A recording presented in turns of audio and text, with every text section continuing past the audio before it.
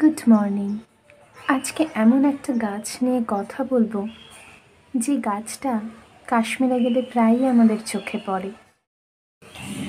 এটা সেই গাছটার পাতা।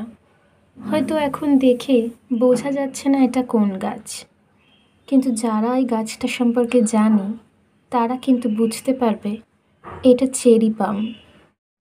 চেরি পাম গাছটা দেখতে হয় এরকম। কাশ্মীরের রাস্তায়, পথে ঘাটে এই গাছ কিন্তু বেশ চোখে পড়ে।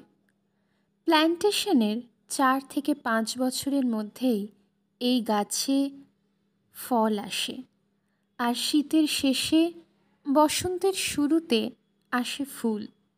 অর্থাৎ কি না, যে সময়টা আমরা কাশ্মীর দেখার জন্য বেছে নিই, ফেব্রুয়ারি মার্চ, সেই সময়ে এই গাছে ফুল ধরে আসে। সাদা, গোলাপি, নানা রকম ফুল আমরা দেখতে পাই।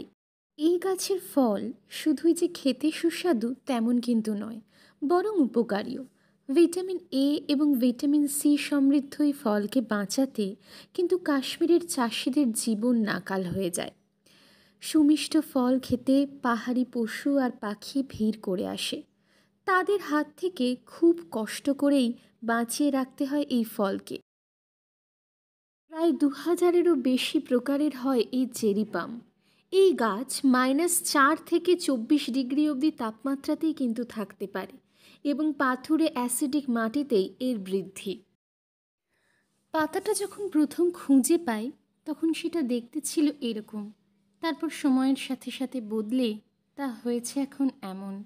চেরি পাম নিয়ে করা আমার এই ভিডিও যদি ভালো লেগে থাকে তাহলে প্লিজ লাইক করবেন, কমেন্ট করবেন আর সাবস্ক্রাইব করবেন।